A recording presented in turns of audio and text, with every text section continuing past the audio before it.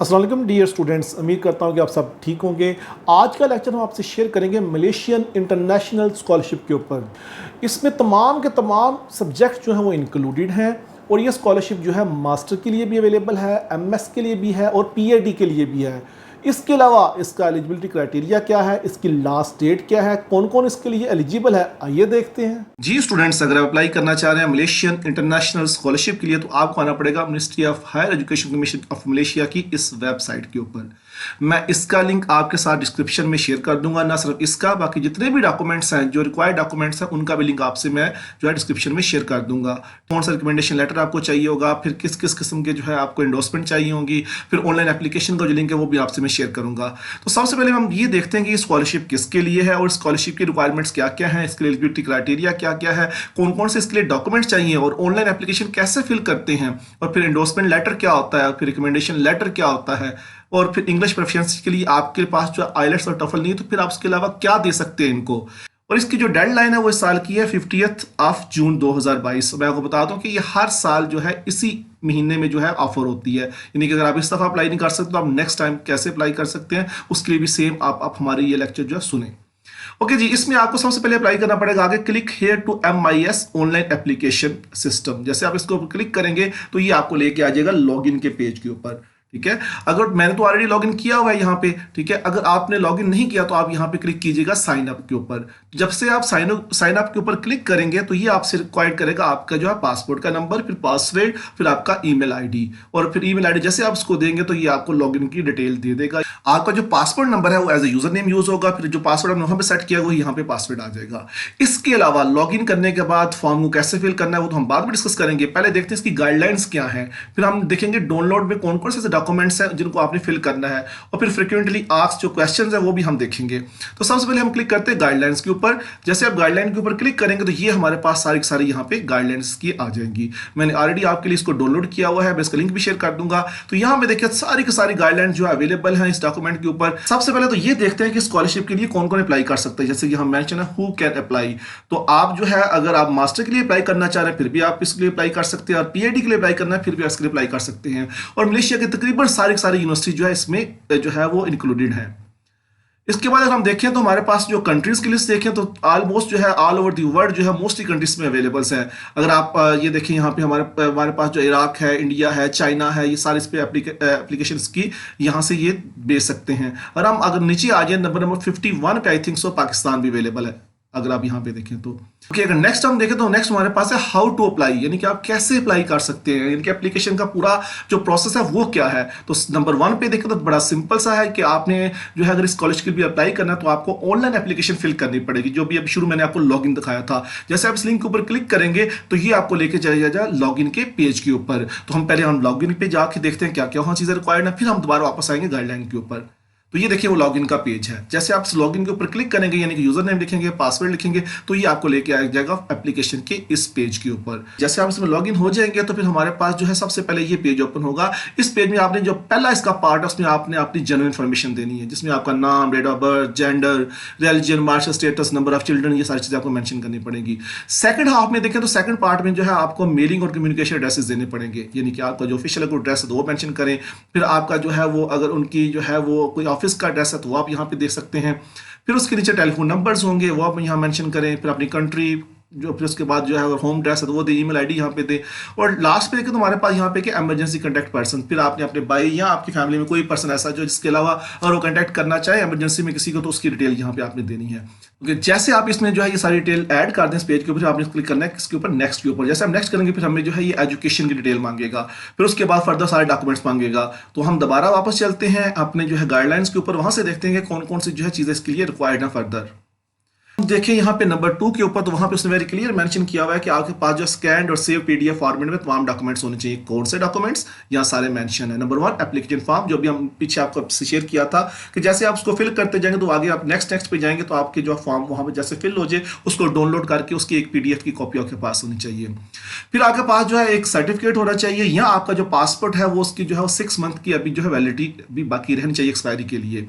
Okay, next अगर हम देखें तो हमारे पास यहाँ मेंशन किया है कि आपके पास जो है वो सर्टिफाइड कॉपी होनी चाहिए एकेडमिक ट्रांसक्रिप्ट्स की, यानी कि अगर आपने मास्टर के लिए अप्लाई करना है तो आपके पास अंडरग्रेजुएट स्टडी की जो भी बीएस है वगैरह उसकी जो है वो आपके पास कॉपी होनी चाहिए, या पीएचडी के लिए अप्लाई करना चाहिए तो आपके पास मास्टर या एमफिल की जो है वो ट्रांसक्रिप्ट होनी चाहिए। फिर उसके बाद जो है यहाँ पे उसने वेरी क्लियर लिखा हुआ है कि आपके तमाम कोर्सेज मेंशन होने चाहिए, ट्रांसक्रिप्ट ही कहते हैं वो, उसके ऊपर क्लियरली आपके सब्जेक्ट मेंशन हो। फिर उसके बाद उसने यहाँ पे लिखा हुआ है कि आपके पास जो है वो आपके ग्रेड जो सीजीपी उसके ऊपर जो है आपके ट्रांसक्रिप्ट मेंशन होना चाहिए। ओके, नंबर 4 पे अगर देखें तो यहाँ पे लिखा हुआ है certified copy of English proficiency test result, यानी कि आईलेट्स और टॉफल की जो आपके पास जो है उसके जो पास मार्क्स है जो सर्टिफिकेट होना चाहिए। लेकिन अगर ये नहीं है तो घबराने की बात नहीं है, आप इसकी जगह पे अपनी यूनिवर्सिटी की जो कंट्रोल एग्जामिनेशन है उससे भी जो है आप इक्विवेलेंसी सर्टिफिकेट ले सकते हैं। अगर आपकी एजुकेशन, क्योंकि हमारे पाकिस्तान की तमाम यूनिवर्सिटीज में एजुकेशन इंग्लिश में है, तो आप 16 ईयर एजुकेशन के बेस पे आप वहां से भी लेटर ले सकते हो। वो लेटर जो है ये जो हमारी स्कॉलरशिप है MIS की, जिसको हम कहते हैं मलेशियन इंटरनेशनल स्कॉलरशिप, ये उसको एक्सेप्ट करती है। फिर उसके बाद आपके पास जो है 2 लेटर ऑफ रिकमेंडेशन होने चाहिए, जिसका मैं अभी आपसे जो है टेम्पलेट शेयर करता हूँ। ओके, नेक्स्ट हमारे पास क्या चीज़ रिक्वायर्ड है जी, वो है एंडोर्समेंट फॉर्म। तो मैं आपसे यहाँ पे जो है एक एंडोर्समेंट फॉर्म का भी जो है एक जो है वो टेम्पलेट शेयर करूंगा, ताकि आपको इजीली जो है उस टेम्पलेट को यूज़ करते हुए आप अपना एंडोर्समेंट फॉर्म भी जो है फिल करा सके। फिर आपके पास नंबर 7 पे देखें तो हमें जो है वो रिक्वायर्ड होता है वो यहाँ पे मलेशियन यूनिवर्सिटी या हायर एजुकेशन जो इंस्टीट्यूट्स हैं, ठीक है, जो कि नीचे भी हम देखते हैं कौन कौन से हैं, तो उनमें से आपने किसी भी प्रोफेसर जो है एक्सेप्टेंस लेटर लेना होगा। फिर आपकी CV चाहिए होगी। फिर सबसे इंपॉर्टेंट चीज़ नंबर 9 पे वो है आपका रिसर्च प्रपोजल, क्योंकि अगर आप PhD के अप्लाई करना चाह रहे हैं तो फिर आपका रिसर्च प्रपोजल जो है वो मैंडेटरी है। नेक्स्ट हमारे पास है जी एलिजिबिलिटी क्राइटेरिया। तो इसमें सबसे पहले जो चीज़ क्या है जिसने रिक्वायर्ड की है वो है जी आपकी जो एज, अगर मास्टर डिग्री के लिए अप्लाई करना चाहे तो आपकी एज जो है 40 या 40 से लेस होनी चाहिए। PhD के लिए अप्लाई करना चाहे तो आपकी एज जो है 45 या 45 ईयर से लेस होनी चाहिए। फिर नेक्स्ट उसने CGP की बात की हुई है, तो अगर आपने मास्टर के लिए अप्लाई करना है या आपने PhD के लिए अप्लाई करना है तो आपकी जो प्रीवियस डिग्रीज है यहाँ पे, यानी कि बैचलर है या मास्टर या एमफिल है, उन दोनों में आपकी CGP जो है वो मोर देन 3 होनी चाहिए, ठीक है, यानी कि 3 से लेस CGP कंसिडर नहीं करते। फिर आगे जो है अगर देखें इंग्लिश लैंग्वेज जो प्रोफिशिएंसी है उसमें जो उसने बताया कि अगर आप आईलेट्स आपके पास कोई जो है वो सर्टिफिकेट है तो उसमें आपका बैंड जो है 6 से ज़्यादा होना चाहिए, ठीक है। टॉफल के लिए उसने बताया कि आपका स्कोर जो 550 से ज़्यादा होना चाहिए। और फिर थर्ड ऑप्शन भी दिया जो मैंने आपसे अभी बात की थी कि आप अपने कंट्रोल एग्जामिनेशन यूनिवर्सिटी वाला है उससे भी जो है इसका इक्विवेलेंट सर्टिफिकेट भी ले सकते हैं। ओके, 4th नंबर पे देखें तो उसने रिसर्च प्रपोजल की बात की है, तो यहाँ पे वेरी क्लियर मेंशन है कि आपके पास जो 1000 वर्ड का जो है रिसर्च प्रपोजल होना चाहिए। इसका भी मैं आपको डिस्क्रिप्शन में एक लिंक शेयर कर दूंगा जहां से उस टेम्पलेट को देख के आप जो है अपना रिसर्च प्रपोजल डिजाइन कर सकते हैं। फिर लेवल स्टडी है, ऑलरेडी हम डिस्कस कर चुके हैं कि मास्टर प्रोग्राम भी है वहाँ पे, और PhD के लिए भी आप जो है वो अप्लाई कर सकते हैं। ओके, नेक्स्ट हम देखें तो यहाँ पे हमारे पास है लिस्ट ऑफ यूनिवर्सिटीज। इसमें जो है टॉप रैंक यूनिवर्सिटी जो मलेशिया के सारी यहाँ पे मेंशन है, और इंटरनेशनली जो इनकी रैंकिंग है वो बहुत अच्छी है, यानी कि UTM है या हमारे पास USM है या UPM है, ये बहुत जो है इंटरनेशनली रिकग्नाइज यूनिवर्सिटीज़ हैं। फिर उसके बाद बेनिफिट्स क्या हैं, तो ये आपको जो है जो उनका जो है वो जो मलेशियन करेंसी उसमें RM जो है 1.5 लाख रुपया पर मंथ आपको ये वहाँ से आपको ये देंगे। लेकिन आगे उसने मेंशन है कि आपको जो एयर फेस है, यानी कि जो आपकी जो ट्रैवलिंग के एक्सपेंसेस है वो आपको खुद बेयर करने पड़ेंगे। ओके, नेक्स्ट हमारे पास है एरिया ऑफ स्टडीज। तो यहाँ पे अगर हम देखें सब्जेक्ट की बात करें तो सब्जेक्ट में तकरीबन सारे सब्जेक्ट यहाँ पे अवेलेबल हैं, चाहे वो साइंस के हों, चाहे वो ह्यूमैनिटीज़ के हों, चाहे वो आर्ट्स के हों, चाहे वो इंजीनियरिंग के हों, चाहे वो हमारे पास जो है वो इंफॉर्मेशन टेक्नोलॉजी के हों, सारे यहाँ पे सब्जेक्ट्स अवेलेबल हैं।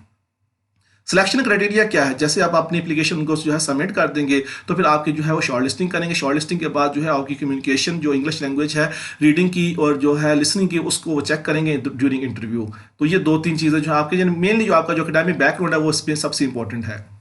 इसमें टर्म एंड कंडीशंस यहाँ पे मेंशन है, इसको आप गौर से पढ़िएगा कि यानी कि अगर आपने स्कॉलरशिप जो है फुल टाइम वहाँ पे ले ली है तो आपको स्कॉलरशिप वहाँ पे फुल टाइम वहाँ पे रह के कंप्लीट करनी पड़ेगी। और उसके अलावा जो है आप कोई भी जॉब नहीं कर सकते इसके साथ जब तक कि आप 3 साल या 3 साल से ज़्यादा PhD है या मास्टर 2 साल के जहाँ तब तक आप मलेशिया में स्टे करें। और फर्दर इन्फॉर्मेशन के लिए यहाँ पे देखिए तो उन्होंने यहाँ पे एड्रेस भी दिया जहाँ पे अपनी एप्लीकेशन सेंड करनी है। ये वो एड्रेस है जहाँ पे आपने अपनी हार्ड फॉर्म में तमाम स्कॉलरशिप की जो जितने भी कंटेंट्स ऊपर हमने डिस्कस किए वो आपको यहाँ पे सबमिट करने पड़ेंगे। फर्दर अगर आपकी क्यूरी है या आप इसमें से जो है कोई इन्फॉर्मेशन चाह रहे हैं तो ये उनकी ईमेल आईडी भी यहाँ पे दी हुई है। जैसे आप इसके होम पेज के ऊपर आएंगे तो यहाँ पे देखिए अवेलेबल है डाउनलोड्स। डाउनलोड के ऊपर जैसे आप क्लिक करेंगे तो यहाँ पे देखिए जो है उसने यहाँ पे लिंक्स दिए हुए हैं जो कि इसके डाउनलोड के डॉक्यूमेंट्स हैं जो आपको हेल्प करेंगे आपके एप्लीकेशन के सबमिशन में। कौन सा पहला डॉक्यूमेंट है वो एंडोर्समेंट फॉर्म, उसकी टेम्पलेट यहाँ पे दी हुई है। फिर नेक्स्ट है रिकमेंडेशन लेटर, उसकी टेम्पलेट यहाँ पे दी हुई है। और फिर नेक्स्ट लिखा है how to convert document to PDF। ये आपके लिए इतना रिक्वायर्ड नहीं, आप सब जानते हैं इसके लिए कि आप कैसे इसको कन्वर्ट कर सकते हैं। तो हम पहले देखते हैं एंडोर्समेंट फॉर्म। ये देखिए एंडोर्समेंट फॉर्म बड़ा सिंपल सा फॉर्म है, ठीक है। ये आपने किससे फिल करना है? मोस्ट स्टूडेंट मुझसे पूछते हैं, लास्ट टाइम एक स्कॉलरशिप शेयर की थी मलेशिया की, कि एंडोर्समेंट फॉर्म में हमें प्रॉब्लम आ रही है। तो आपने ये एंडोर्समेंट फॉर्म किससे फिल कराना है? ये आपने मिनिस्ट्री ऑफ फॉरेन अफेयर से कराना है। अगर आप ऑलरेडी मलेशिया में स्टडी कर रहे हैं तो वहां की मिनिस्ट्री ऑफ फॉरेन अफेयर से कराएं। अगर आप पाकिस्तान से हैं अभी, आप अप्लाई करना चाह रहे हैं, तो आपको मिनिस्ट्री ऑफ फॉरेन अफेयर में ये फॉर्म लेके जाना पड़ेगा और वहां से जो है आप उनको कहेंगे कि जो ये इसको फिल करके दें। यहाँ पे जो फर्स्ट इसका सेक्शन उसमें जो है वो जो गवर्नमेंट ऑफ पाकिस्तान से कराना चाहिए, यहाँ पे गवर्नमेंट ऑफ पाकिस्तान है। नॉमिनी जो उनका जो भी ऑफिसर वहाँ पे सेक्शन ऑफिसर होगा उसका नाम यहाँ पे लिखें। फिर कोर्स अप्लाइड जिस पर आप मास्टर की अप्लाई करें मास्टर का लिखें यहाँ पे, या आपकी जो स्कॉलरशिप जैसे मलेशियन इंटरनेशनल स्कॉलरशिप यहाँ पे उसका जिक्र करें। फिर उसके बाद उनका रिमार्क्स देखें, यानी कि आपका जो प्रीवियस हिस्ट्री है, रिकॉर्ड है जो है इन पाकिस्तान जो ठीक है, कोई क्रिमिनल चार्जेस आपके ऊपर नहीं है, इंग्लिश लैंग्वेज आपकी ठीक है, और ये सारी डिटेल यहाँ पे ऊपर मेंशन है कि आपकी जो है नॉमिनी ने क्या क्या चीज़ें उसमें देखो, उसकी बेस पे अपने रिमार्क्स लिखने हैं। नीचे वो अपने जो है ऑफिशियल स्टैम्प देगा, अपना डेजिग्नेशन और सारी डिटेल यहाँ पे वो अपनी लिखेगा। तो ये फॉर्म आपने वहां से टेस्ट करवाने के बाद जो है इसको भी अपनी एप्लीकेशन के साथ लगाना है। नेक्स्ट अगर हम देखें तो हमारे पास है रिकमेंडेशन लेटर। तो ये रिकमेंडेशन लेटर की भी टेम्पलेट यहाँ पे अवेलेबल है। इन दोनों के लिंक्स मैं आपको डिस्क्रिप्शन में शेयर कर दूंगा। आपने अपना नाम लिखना है, कंट्री का नाम मलेशिया लिखना है, कोर्स अप्लाइड मास्टर है या पीएच के बारे में लिखना है। फिर जो आपने अपने किसी भी प्रोफेसर से, यानी कि 2 रिकमेंडेशन हैं, जिस यूनिवर्सिटी से आप पढ़ रहे हैं वहां से कोई भी 2 प्रोफेसर जो है उनसे आपने ये लेटर जो है फिल करवाना है। तो यहाँ पे प्रोफेसर लिखेगा कि आप कितने अरसे से वो जानता है। फिर वो प्रोफेसर आपके एकेडमिक अचीवमेंट्स के ऊपर कुछ लिखेगा यहाँ पे, जो हार्डली जो है 1 से 2 सेंटेंसेस होंगे। फिर इंग्लिश प्रोफिशिएंसी के बारे में वो यहाँ पे डिटेल देगा अपनी, ठीक है, आपके बारे में कमेंट करेगा। फिर प्रोफेशनल और टेक्निकल नॉलेज के बारे में वो यहाँ पे कुछ लिखेगा। फिर इनोवेशन और क्रिएटिविटी के बारे में यहाँ पे लिखेगा। और लास्ट पे जो है वो आपके जो फर्दर जो कमेंट्स में वो लिखेगा कि इनके अलावा जो आपकी स्किल्स हैं उनके बारे में यहाँ पे वो सारी डिटेल लिखेगा। और लास्ट पे वो अपनी सारी डिटेल देगा, अपना नाम, डेजिग्नेशन, एड्रेस, ईमेल और अपने सिग्नेचर यहाँ पे मेंशन करेगा वो, ठीक है। जैसे वो इसको जो है वो दोनों प्रोफेसर ये कर लेंगे तो ये दोनों डॉक्यूमेंट्स जो 2 रिकमेंडेशन लेटर ये भी आपने अपनी एप्लीकेशन के साथ लगाने हैं। ओके जी, नेक्स्ट अगर हम देखें हमारे पास होम पेज वापस आए तो यहाँ पे फैक्ट यानी फ्रीक्वेंटली आस्क्ड क्वेश्चंस। अगर आपने अभी भी आपके माइंड में कोई ऐसा क्वेश्चन है जो मेरे इस लेक्चर से आपसे जो आप समझ तक क्लियर नहीं हुआ, तो आप जो है फैक्ट्स के ऊपर आ जाए। वहाँ पे सारे के सारे जो है क्वेश्चन के आंसर दिए हुए हैं कि यानी कि इसकी डेडलाइन क्या है, स्कॉलरशिप की कंट्री कौन से इन्वॉल्व हैं, फिर क्राइटेरिया ऑलरेडी हम मेंशन कर चुके हैं, फिर दोबारा यहाँ पे लिखा हुआ है सब्जेक्ट कौन कौन से हैं वो भी यहाँ पे मेंशन है, फिर आप अप्लाई कैसे कर सकते हैं। यानी कि जितना कुछ मैंने आपसे अभी एक्सप्लेन किया सब का सब जो है यहाँ पे दोबारा क्वेश्चन और आंसर में भी सब का सब यहाँ पे अवेलेबल है। ओके, आज का लेक्चर जो है वो डिटेल से सुनने के बाद अब जो है आप जरूर जो है अपनी एप्लीकेशन को जो है वो आप उनके तमाम डॉक्यूमेंट्स को प्रिपेयर कर सकते हैं और इजीली फिर उसको सबमिट कर सकते हैं। Good luck for your scholarship and good luck for your study in Malaysia.